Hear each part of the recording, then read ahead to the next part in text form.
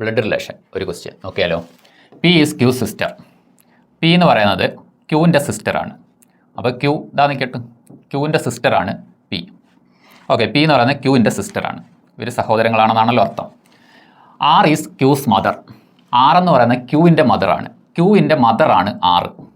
Okay, അപ്പോൾ ക്യൂവിൻ്റെ മദറാണ് ആറെങ്കിൽ ഉറപ്പായിട്ടും പിൻ്റെ mother തന്നെയായിരിക്കും. പിയും ക്യൂവിൻ്റെയും അമ്മയാണ് ആർ എന്ന് പറയുന്നത്. S is the R father. ആറിൻ്റെ ഫാദറാണ് എസ്. അപ്പോൾ എസ് എന്ന് പറയുന്ന ആറിൻ്റെ ഫാദറാണ്. അപ്പോൾ ഫാദർ മേളത്താള father. T is S mother. എസിൻ്റെ മദറാണ് ടി. ഓക്കെ, എസിൻ്റെ മദറാണ് ടി. എത്ര തലമുറയാണ് പോയേക്കുന്നത് നോക്ക്. അപ്പോൾ എസിൻ്റെ മദറാണ് ടി. നമ്മുടെ ചോദ്യം how is P related to S. P related to S. P ആരാന്ന് പറയണം? പി എസിൻ്റെ മോളുടെ മോളല്ലേ അത്. എസിൻ്റെ മോളുടെ മോളാണ് പി. പി റിലേറ്റഡ് ടു എന്ന് പറഞ്ഞാൽ പി ആരാന്നാ പറയണ്ടേ? പി ഇദ്ദേഹത്തിൻ്റെ മോളുടെ മോള് എന്ന് വെച്ചാൽ കൊച്ചുമോൾ. കൊച്ചുമോൾ എന്ന് പറഞ്ഞാൽ grand daughter. Option D. Okay.